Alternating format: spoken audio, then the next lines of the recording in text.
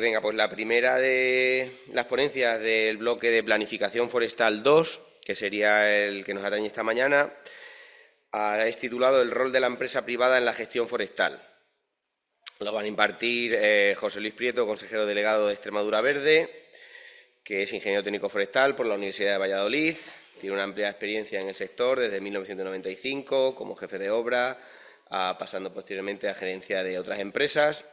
Forma parte del grupo Foresa desde el año 2005 como director técnico hasta la que se crea la empresa Extremadura Verde del mismo grupo, del cual ocupa el cargo de gerente consejero delegado desde hace más de 15 años. Y le acompaña Alberto León, que complementará la ponencia. Él es responsable de proyectos de Extremadura Verde, graduado en Ingeniería Forestal y del Medio Natural por la Universidad de Extremadura. Forma parte del equipo técnico desde hace 7 años, donde actualmente ocupa el cargo de coordinación de proyectos y gabinete técnico. Así que, sin más, les doy paso e iniciamos la sesión.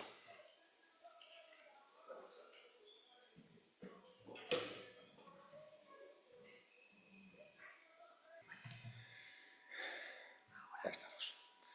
Muy bien, buenos días. Agradecer al colegio que haya contado con Extremadura Verde para poder contaros un poquito lo que somos como empresa forestal. Me presento, aunque ya lo ha hecho Iván, soy José Luis Prieto, soy gerente y consejero delegado dentro de la empresa Extremadura Verde. 45 minutos me han parecido una cantidad muy larga, aunque soy una persona con tendencia a hablar mucho, pero para que se haga un poquito más ameno, lo que hemos decidido es compartir un poco la ponencia entre Alberto León, pieza fundamental dentro de la empresa, responsable del departamento de... No se oye, me están diciendo. Sí, no. No se oye, ahora sí, ¿no? Vale. Eso, os decía que vamos a compartir la ponencia entre Alberto y yo. Alberto también ingeniero técnico forestal, igual que lo soy yo. Y bueno, pues es pieza fundamental dentro de la empresa, el responsable del departamento técnico, entre otras muchas cosas. Nosotros somos una empresa, una pyme pequeña en Extremadura. Encajarla dentro del título de nuevas tecnologías para la gestión forestal sostenible, pues no somos una empresa que estemos inventando y descubriendo nada nuevo, ¿vale? Lo que intentamos hacer desde hace 20 años que nació la empresa es ir adaptando un poco pues nuestra sabiduría, tratarla de aplicar al sector en el que trabajamos y bueno, poner nuestro pequeño granito de arena. Voy a hacer una primera visual de lo que es Extremadura Verde. Si quiere pasar.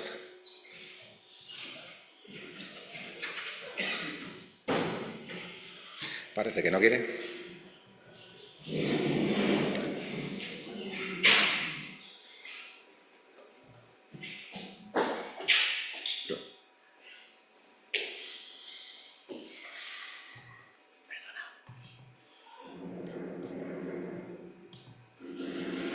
Muy bien. Extremadura Verde la constituimos en el año 2006. Somos una pyme que pertenece al grupo Foresa. Foresa ya es una empresa más grande, ya con 40 años de existencia, asentada sus oficinas centrales y su domicilio fiscal en Castilla y León, concretamente en Valladolid, aunque el ámbito de trabajo es nacional. De la misma forma que en el 2006 se decidió constituir Extremadura Verde aquí en Extremadura, pues tenemos otra filial más en Galicia que se llama Foresca, Forestación Galicia S.A., que tiene más antigüedad que Extremadura Verde, ¿vale? Entre las tres pues estamos dando casi cobertura a nivel nacional. Son pocas las comunidades autónomas que a fecha de hoy no estamos teniendo representación con alguna de las tres marcas. Concretamente en Extremadura, en las oficinas centrales de Exver, de Extremadura Verde, las tenemos en Plasencia.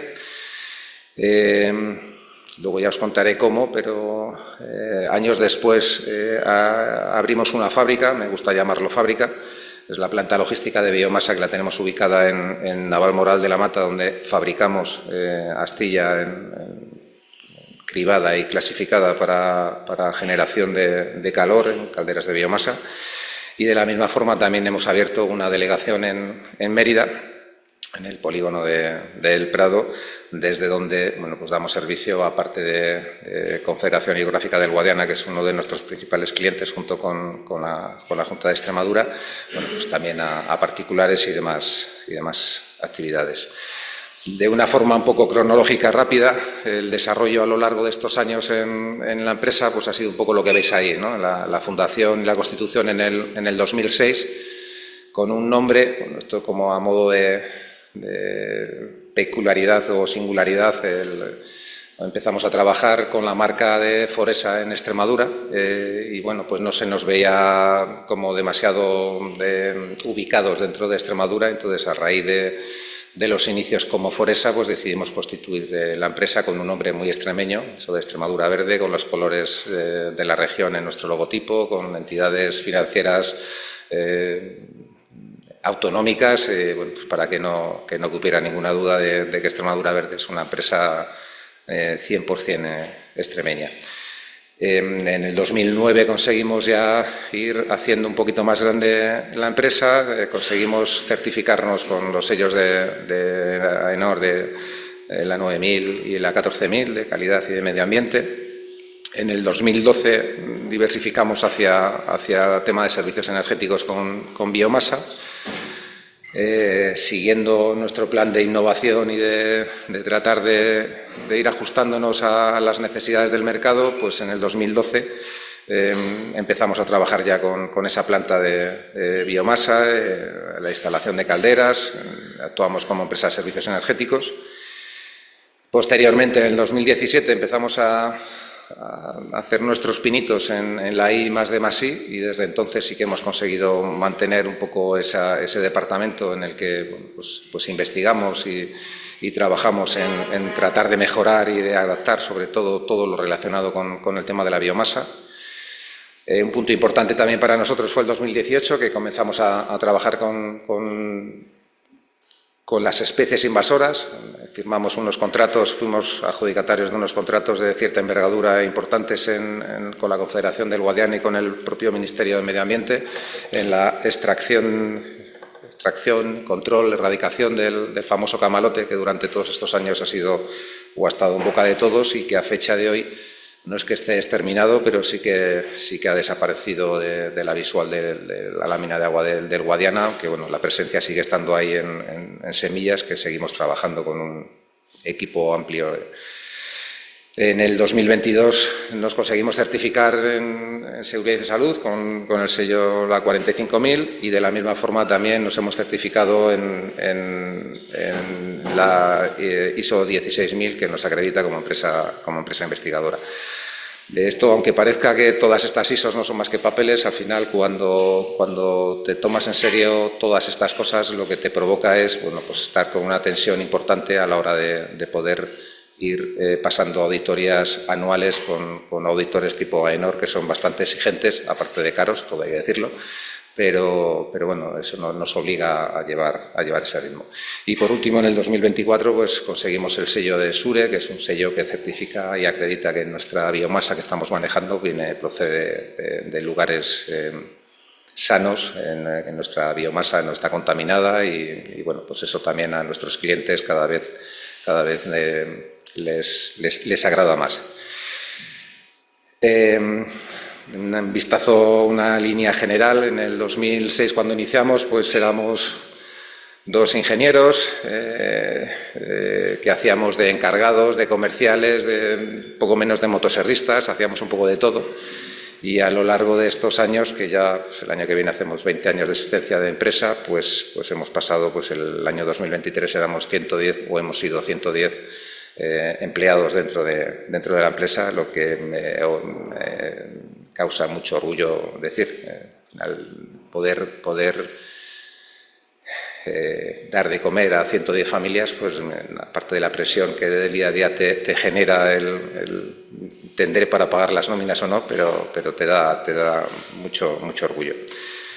Bueno, ahí veis un equipo multidisciplinar, de empezar con 2 ingenieros hace 20 años y pues ahora hay ingenieros de montes, ingenieros agrícolas, maquinistas, licenciados, es decir, un equipo amplio que creo que a fecha de hoy estamos siendo capaces de cubrir las necesidades que el sector nos pide.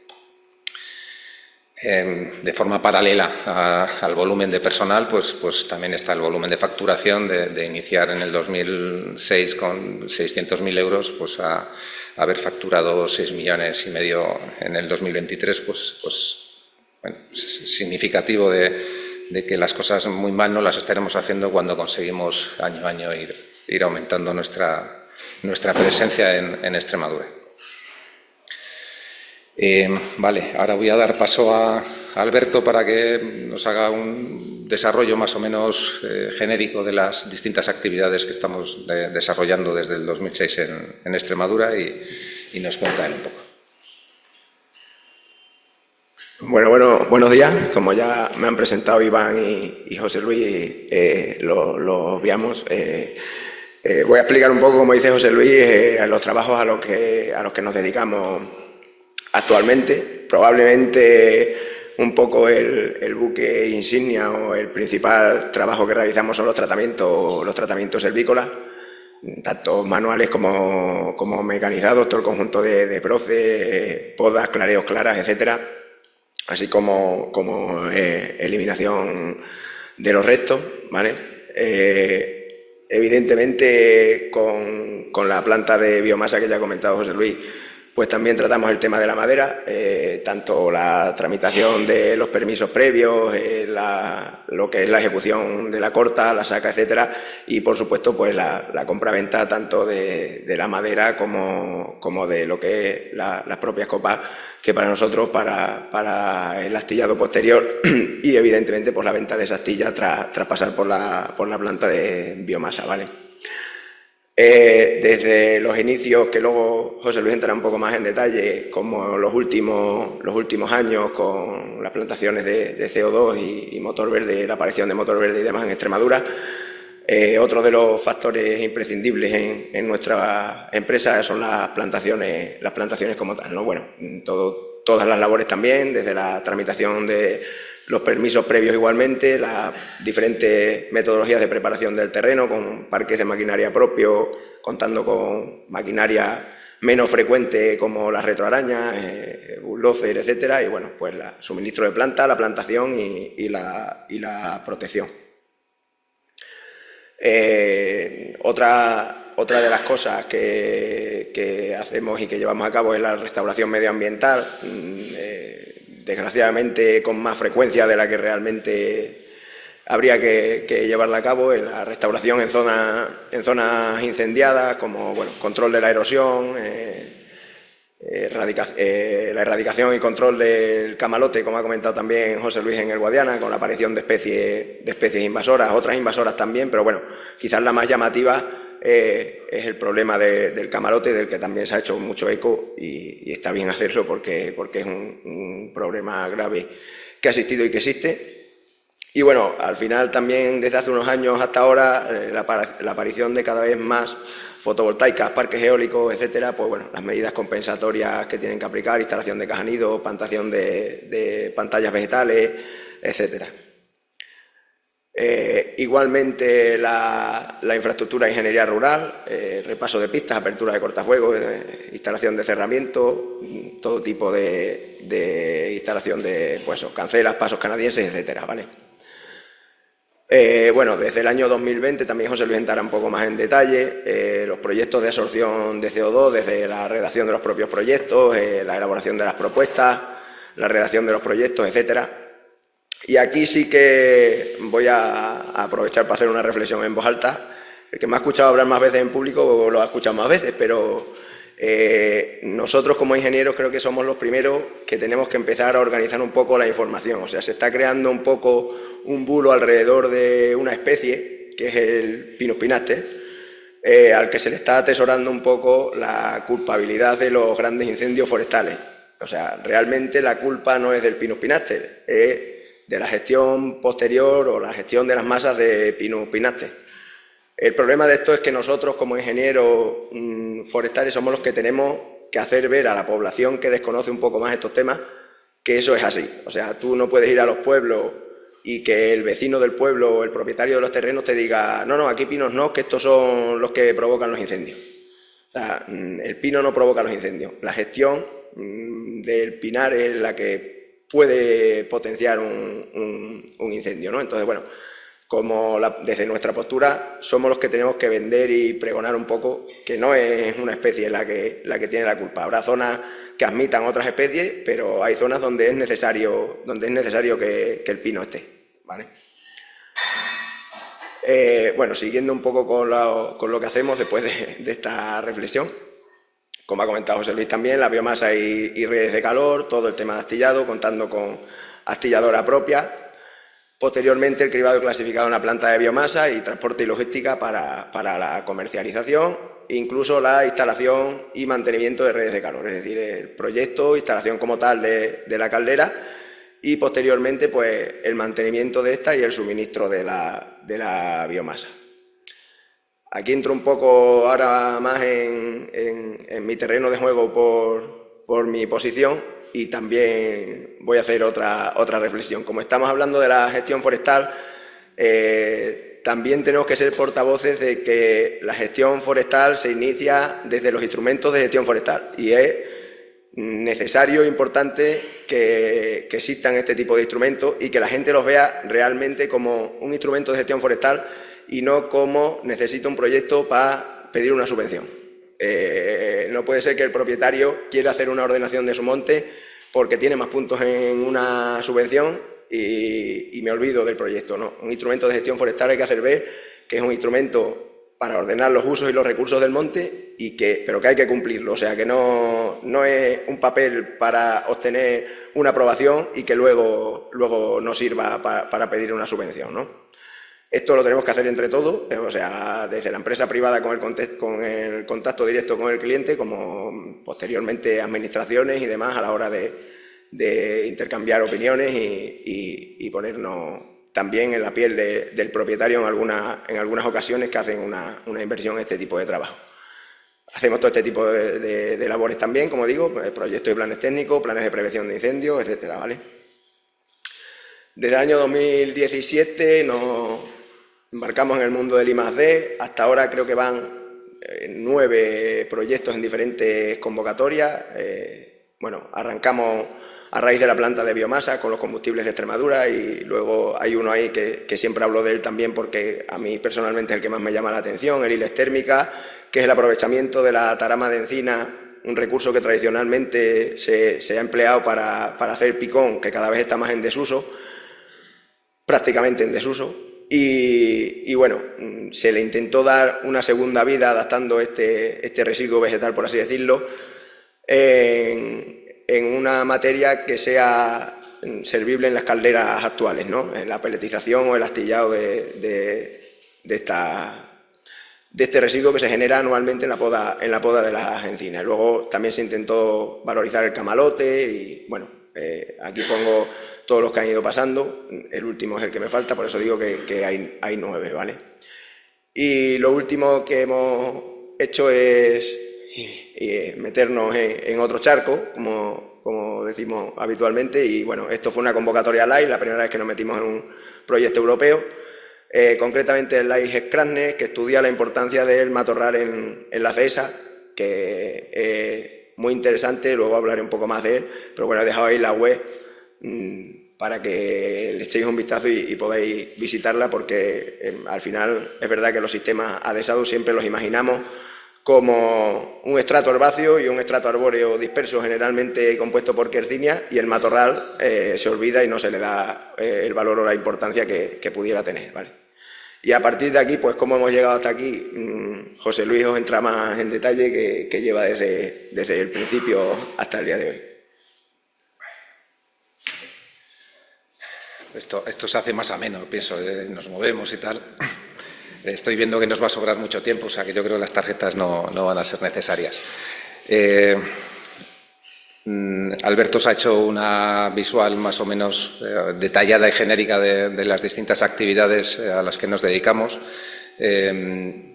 Fundamental, somos una empresa de servicios forestales. Así es como nacimos y así es como seguimos siendo, independientemente de que hayamos diversificado y nos hayamos tratado de buscar un poco la vida en distintas situaciones, pero realmente no dejamos de ser una empresa de ingenieros más ingenieros técnicos forestales por el volumen de trabajadores que tenemos en la empresa, pero somos una empresa de servicios forestales, ¿vale? El nacimiento, como os decía antes, pues a través del Grupo Foresa, licitamos en el 2005 a unos proyectos el que era entonces Parque Natural de Monfragüe, Parque Nacional ahora, para erradicar, yo creo que de las últimas manchas que quedaban de eucalipto dentro del parque. Estuvimos cortando, destoconando y estuvimos haciendo repoblaciones con quercinias que no fueron, la verdad, yo soy autocrítico, no fueron tan bien como nos hubiera gustado, porque después de un par de años hubo bastantes porcentajes de marras y no fueron demasiado bien. Pero bueno, eso fue el inicio del Grupo Foresa dentro de Extremadura, y a partir de esas obras fue cuando constituimos la empresa de Extremadura Verde. Bueno, lo que os decía, al final, como empresa de servicios forestales hemos estado siempre con ojos a visor, y en aquello en el que cualquier actividad privada o pública en la que pudiéramos participar, pues siempre hemos estado peleando. Me gusta reconocer el esfuerzo del departamento técnico. Siempre en las valoraciones técnicas de los proyectos solemos estar siempre en las partes más altas, lo que hace que demostremos que creo que sabemos por lo menos escribir las cosas en un papel y contar qué es cómo se pueden ejecutar y dónde se van a ejecutar las obras. Luego, la verdad es que con el paso del tiempo, pues las administraciones, al final, el peso de las económicas está convirtiendo esto pues casi en una situación muy complicada de poder contratar. Pero bueno, lo cierto es que hemos conseguido llegar a unos puntos de valoración por parte de las administraciones sobre las que trabajamos, que creo que se nos valora, ¿no? Por lo menos así me gusta pensar. A ver, si nos acordamos todos, hacia el 2008 tuvimos una crisis, la crisis de la construcción, que arrasó a muchas empresas, sobre todo todas aquellas relacionadas con la construcción. Gracias a la situación, pues al sector medioambiental, a las empresas de servicios forestales, no nos llegó de la misma forma que le llegó a las empresas de la construcción. Bueno, conseguimos seguir estando durante unos años con cierta actividad. No sufrimos tanto como las constructoras, pero sí que el volumen de licitaciones y de inversión pública se redujo bastante. Fue en ese momento cuando, dentro del grupo de la empresa, del grupo Foresa, Foresgas, Extremadura Verde,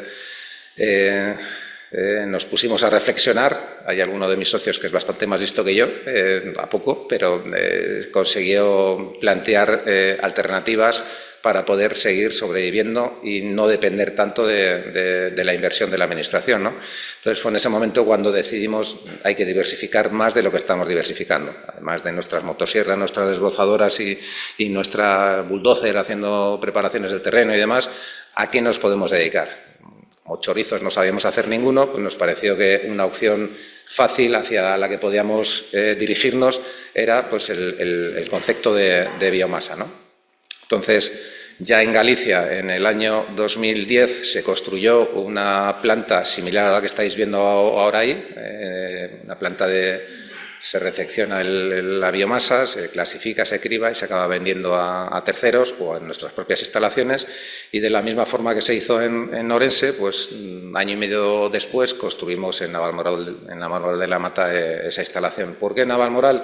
Bueno, pues porque aparte de la comunicación más o menos cómoda con las nacionales, dirección Madrid, Cáceres, tal, pues, o sea, Badajoz, sobre todo pensando en un cliente potencialmente importante que es los tabaqueros, ¿no? Los centros de secado de tabaco en la Vera tienen un alto consumo muy puntual porque arrancan más o menos según cómo venga el año, pero en agosto hasta noviembre, diciembre, insisto, según cómo venga el año, y tienen un alto consumo de biomasa. Entonces, bueno, decidimos hacer esa instalación en esa ubicación y, como os decía antes, considero que es una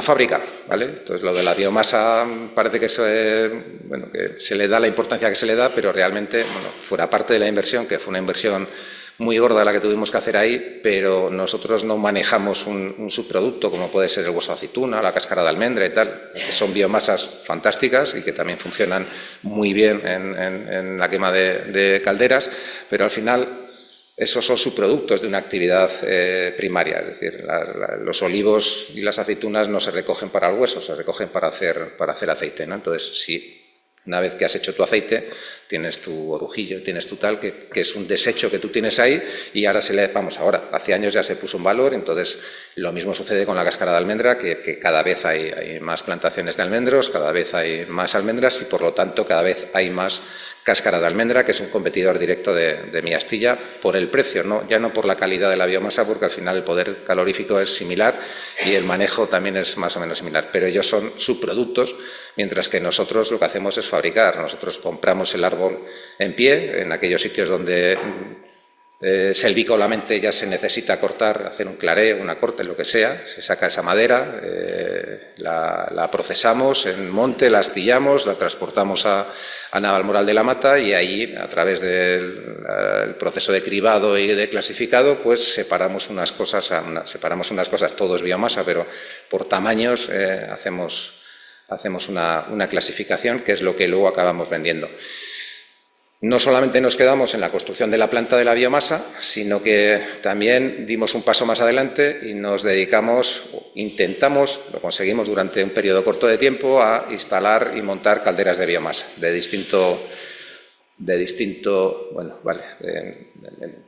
perdonadme, voy a seguir por aquí. La capacidad de producción de la planta está calculada con la maquinaria, cintas y cribas y tal, para poder hacer 40.000 toneladas al año. Ya me gustaría, llevamos 12 años con la planta o más y el máximo de producción han sido 22.000 toneladas en verde, que clasificado y secado y tal han sido 12.700 toneladas las que hemos conseguido vender el año pasado, que ha sido el pico más alto, es decir, por mucha capacidad, mucha superficie, mucha maquinaria preparada para 40.000, nos hemos quedado en esas 22.000, ¿no? Pues tenemos una maquinaria comprada en su momento, el lunes nos entregan una máquina nueva con una inversión gigantesca, porque hay que decirlo, con una ayuda importante por parte de la Administración con una subvención para la renovación, y el lunes nos la entregan. Es una máquina más grande, con un rendimiento, ahí os hablo de la que tenemos, hace unas 20 toneladas a la hora, pues llega a las 40 toneladas a la hora, que no sé si la vamos a necesitar, porque ya os digo, tampoco hacemos tantas toneladas. Luego tenemos en propiedad cabezas tractoras con fondos móviles para poder transportar la astilla de un sitio para otro. Anoche tuve que repasar, porque como llevaba ya mucho tiempo sin dar charlas de biomasa, porque esto de la biomasa parece que en Extremadura también ha pasado a un segundo plano, biomasa térmica, para que nos hagamos un poco la idea. El poder calorífico de 1 kilogramo de astilla está en torno, hablando de entre 15 y 20% de humedad, en torno, números redondos, 4 kilovatios hora. El poder calorífico que conseguimos con quemar 1 litro de gasóleo, estamos hablando de 10,3, números redondos, kilovatios por litro.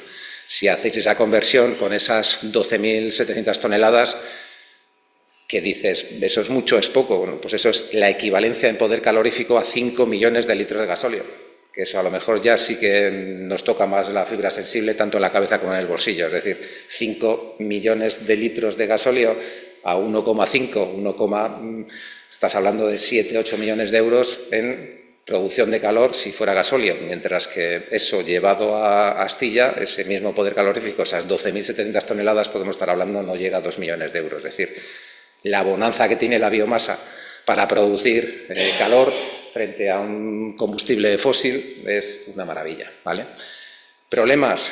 Cuando nosotros constituimos esto, montamos esto en el 2012, la Administración regional, no sé si no se me está oyendo bien, la Administración regional tuvo un momento de mucha apuesta por la biomasa. Y no hablo de biomasa de plantas de gran volumen de generación eléctrica, ¿vale? Estoy hablando de biomasa desde el punto de vista térmico. O sea, la biomasa a fecha de hoy se utiliza para quemar en grandes calderas, como las que hablaban ayer de grandes empresas, bueno, Acciona y ENCE, con dos instalaciones enormes funcionando desde hace años y una tercera que Acciona está ahora poniendo en marcha, queman para producir electricidad. El rendimiento que se obtiene es mucho más bajo. No sé si estaremos en torno a un 20% de obtención de tal. Mientras que si esta biomasa la quemas para generar calor, los rendimientos, por muy malas que sean las calderas, siempre van a estar por encima del 70 al 75%, llegando hasta el 85 y el 90%, por lo menos esos datos son los que dicen los fabricantes. Es decir, se aprovecha mucho más la biomasa cuando la quemas para generar calor que no para generar electricidad.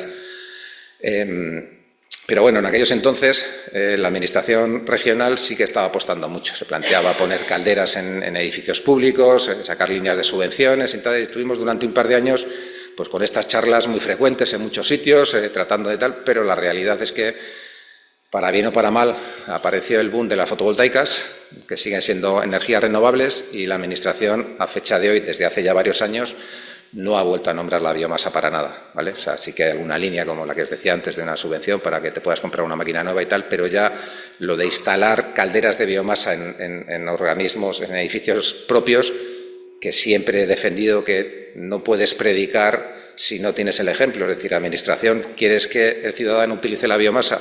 Primero demuestra tú que la biomasa es buena. Entonces, tus colegios, tus residencias de ancianos, tus piscinas, tu tal, monta tú primero en tus edificios biomasa y de esa forma el ciudadano veremos que, coño, pues si mis hijos que van al colegio, que van a la piscina, que van a tal, están con biomasa y esto no huele mal y no explota y es barato, pues a lo mejor me puedo plantear yo también en mi instalación, en mi casa, en mi tal, en mi fábrica, en mi tal, irme a la biomasa. Pero bueno, la realidad es que eso se perdió y en Extremadura, quitando las eléctricas, ya no se ha vuelto a hablar de biomasa. Todo es aerotermia, fotovoltaica, revestimiento de edificios, para que todo es necesario, pero bueno, fue una apuesta que hicimos, la hemos conseguido mantener, no con los números que teníamos previstos. Tenemos una serie de clientes de servicios energéticos a los que seguimos manteniendo desde entonces. Llegamos a instalar esa caldera que veis ahí azul, es una caldera son 5.000 kilos de vapor, son más o menos 3,8 megavatios hora. Está montada en una fábrica de aceitunas, de envasado de aceitunas, no de prensado de una almazara, y llevamos con ella. Pues esa la financiamos nosotros, la montamos nosotros, teníamos un contrato de 7 años en los que el propietario, el cliente, nos lo iba pagando, y hace ya 3 años que ya la pagó y nosotros seguimos llevando el mantenimiento y seguimos llevando el suministro de la biomasa. El abaratamiento en su proceso de fabricación que tiene la fábrica ha sido curioso. Y luego pues tenemos un par de calderas pequeñitas de 150 kilovatios y 250 en edificios de la Administración que tenemos un contrato de 5 años de servicios energéticos. Esto, rápidamente os digo, el servicio energético no es más que lo mismo que tenemos todos en casa con Iberdrola o con el agua. Hay un contador que te mide kilovatios que has consumido. Entonces, al final de mes, en vez de pagar kilos de astilla o pagar pellet, lo que haces es pagas un precio por el kilovatio que tú has consumido, igual que el contador de agua que tenemos en casa o el contador de luz o tal. En otras comunidades autónomas esto ha tenido mucho más peso. Castilla y León tiene varios cientos de kilómetros ya montados de tuberías de redes de calor, en el que instalan una caldera muy grande en una zona concreta y a través de grandes tuberías, os hablo de grandes tuberías en Valladolid ahora mismo, pues pueden tener 1 metro de diámetro las salidas de la línea principal, o sea, ahí salen unos chorros de agua del carajo, con perdón, y se van repartiendo a viviendas particulares, a la frutería, a todo lo que hay dentro del ramo. Eso se llama red de calor, un district heating, y bueno, pues en determinadas comunidades autónomas está funcionando mucho más. Sí que es cierto que el frío que hace en un Soria, en un Valladolid, no es el frío que tenemos nosotros en Cáceres, en Badajoz, ¿no? Pero bueno, es muy eficiente, ¿vale? En Extremadura se dejó de apostar con la biomasa. Ahí veis en la parte de abajo, esa cuba es una descarga, es una cuba para descarga neumática de pellet, se llena, metes una manguera y descargas pellet de la misma forma que podrías estar descargando gasóleo, ¿vale? Es limpio, rápido y eficiente. Bueno, este es esto que es herramienta especial tal. Bueno, esto es un poquito cómo funcionamos, el proyecto que os comentaba antes Alberto. Hemos ido haciendo pruebas con distintos tipos de biomasa, probamos y a fecha de hoy seguimos utilizando pino fundamentalmente, metemos también eucalipto, que funciona muy bien en calderas, trabajamos con chopo en algún caso, con nogales, es decir, cualquier residuo forestal lo acabamos procesando y lo acabamos utilizando. Eso que veis abajo a la izquierda, creo que es la izquierda, ya me lío, bueno, a la derecha, eso es una estufa para control de las humedades. Nosotros vendemos la astilla según el poder calorífico que tiene la astilla, lo vendemos según la humedad que tiene. A mayor humedad, menor poder calorífico, porque al final lo que le pasa a esa biomasa cuando entra a una caldera es que tiene que gastar energía en secarla. Hasta que no está seca no se quema en condiciones y no genera calor, ¿no? Entonces, cada camión que sale de nuestra instalación se le controla la humedad concreta que tiene cada camión y en base a la humedad que tenga, así le cobramos a nuestro cliente. Nos parece un tema serio y sensato. No cobramos por el agua que lleva nuestra biomasa. Vale, en 2017 empezamos, como os decía antes Alberto, nos metimos con el tema del I+D+I, empezamos a hacer nuestros pinitos con proyectos europeos y hace escasamente, bueno, a principios de año decidí abrir un departamento exclusivo dedicado a estos temas, investigación, desarrollo, buscar socios y tal para poder trabajar en temas europeos. La incorporación ahí tenéis, por si alguno necesita, en algún momento tiene alguna idea, alguna necesidad desde este punto, pues incorporamos a un compañero nuevo que es el responsable del departamento. Bueno, os decía antes, Camalote, no voy a repetirlo, fue un punto importante porque fue un contrato de gran volumen y también, bueno, pues nos sentimos orgullosos. Al final nosotros no hacemos más que la gestión, es la Confederación del Guadiana la que decide cómo y de qué manera y cuánto y cuándo, pero bueno, al final me gusta pensar que el operativo que hemos tenido trabajando ahí pues ha puesto su granito de arena para conseguir que el Camalote haya desaparecido del agua. O sea, el hecho de que no lo veamos a fecha de hoy no significa que no esté. O sea, el Camalote produce como planta miles y miles de semillas por cada planta y los estudios dicen que el periodo de latencia que tienen las semillas del Camalote puede ser de en torno a 15 años. Entonces, al final, el hecho de que no veamos planta en el río no significa que el Camalote haya desaparecido. Las semillas están en las orillas y bueno, pues nuestros equipos, aparte de hacer otro tipo de actividades, pues van controlando lo que hemos llamado bancos semilleros, que hay determinadas zonas en las que siguen saliendo. No hemos puesto ninguna foto, pero a fecha de hoy se siguen sacando todavía plantitas de tamaño de 2 centímetros, que son las semillas que acaban de germinar, ¿no? Entonces, bueno, pues seguimos trabajando para que el Camalote no vuelva a apoderarse de las aguas del Guadiana. Con las ganas de seguir trabajando, pues hicimos un proyecto de investigación para ver el potencial que tenía el Camalote. Basta que estábamos sacando, sobre todo en los primeros años, cientos de toneladas diarios del agua del Guadiana de Camalote, pues investigamos para ver si se podía realizar algún aprovechamiento, que era una situación un poco complicada porque era joder, no puedes hacer un aprovechamiento económico de un problema, de una especie invasora, pero no obstante la Confederación nos autorizó para poder hacer estudios y a través de colaboradores y, bueno, el CETAES, que es un centro de investigación que hay en Extremadura con el que tenemos mucha relación porque ya llevamos unos cuantos años haciendo de diversos proyectos, pues analizamos el potencial que tenía el camalote desde el punto de vista de producción de metano. Y la verdad es que, bueno, sí que es cierto que el camalote, el 95% es agua, pero el 5% que queda, pues metido en biodigestores, y los llamaba ollas, al final acaba produciendo metano y bueno, pues sacamos nuestras ideas de ahí. Vale, en el 2020 apareció el concepto motor verde de la mano del Grupo Silvestris y apoyado por Repsol, o la Fundación Repsol, que para mí siempre me pierdo. Y bueno, pues también ha sido un punto importante para, bueno, ya no solamente para Extremadura Verde, sino que creo que también para Extremadura en líneas generales, ¿no?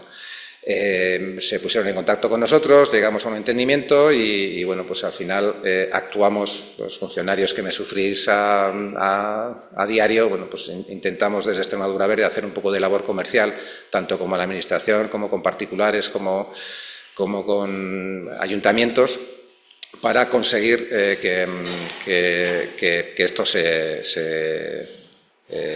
potencie más, ¿no? Entonces, como sé que luego hay charlas que se van a hablar de ellas, no me voy a meter en un tema, pero lo que sí que es cierto es que en el 2021 que empezamos, en el 2020 labores de captación, elaboraciones de proyectos y tal, y en el 2021 empezamos ya a realizar las primeras plantaciones y bueno, pues tenemos 8 retroarañas en propiedad, tenemos 12 o 13 bulldozer en propiedad, tenemos retroexcavadoras en propiedad, todo eso ha facilitado que podamos mover lo que hemos movido a lo largo de estos años. Voy pasando rápido, que me acaban de sacar la tarjeta, ahí estáis viendo, eso lo acabamos de terminar, lo de la izquierda es una repoblación que estamos haciendo en Piornal con retroaraña y no sé si se aprecia bien, pero vamos, es como si hubiera pasado tal, y luego pues, con trabajadores locales, vamos realizando las plantaciones. Una oportunidad única, la gestión forestal sostenible en un entorno de colaboración público-privada. Esto del público-privado también ha salido ayer, es algo que utilizamos todos.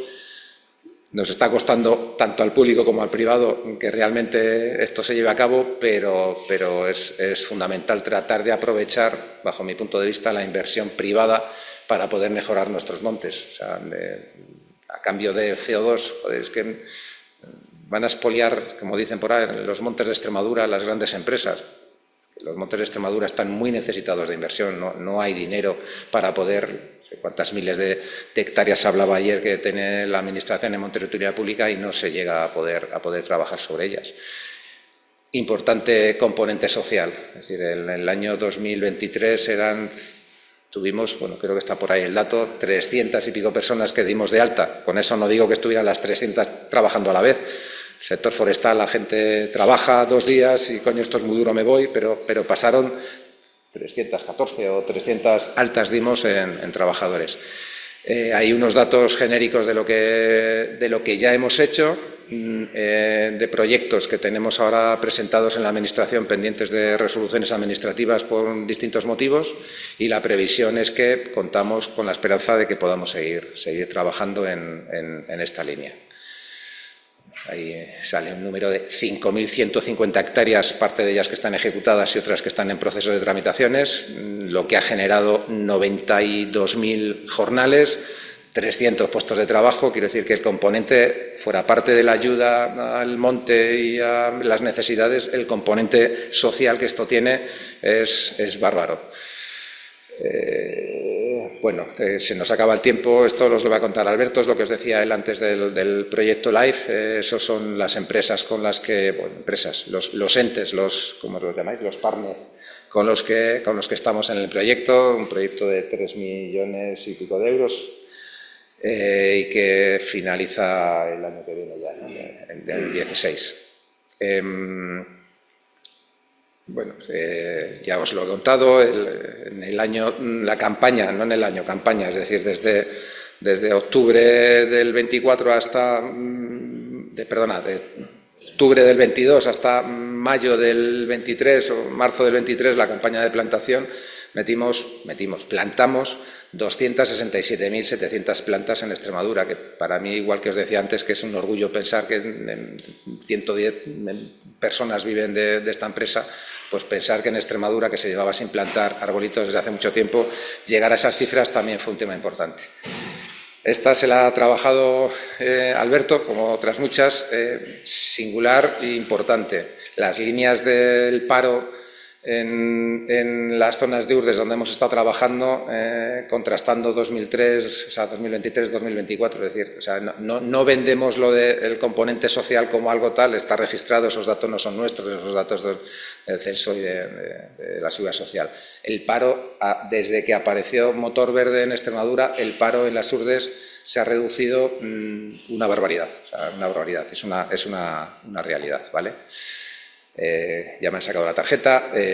Nuestro objetivo fundamental, pues 20 años, tratar de seguir otros 20, tratar de seguir aprendiendo, que no dejamos de aprender continuamente, mejorando día a día y seguir creciendo siempre que se pueda, o por lo menos que seamos capaces de pagar la nómina de la gente que está en la empresa. Y todo eso es lo que os podía contar. ¿Vale? Gracias.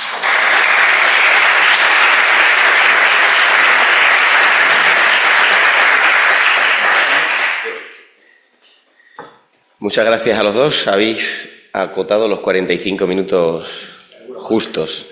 Así que no va a haber ahora tiempo de preguntas directas, las dejamos para luego. Sí que quiero puntualizar y me preocupa lo que comentabas de la pérdida de la batalla en cuanto a la biomasa térmica en Extremadura. Creo que como profesionales y como sociedad no lo podemos permitir. Entonces, bueno, luego en el turno de debate se amplía un poquito.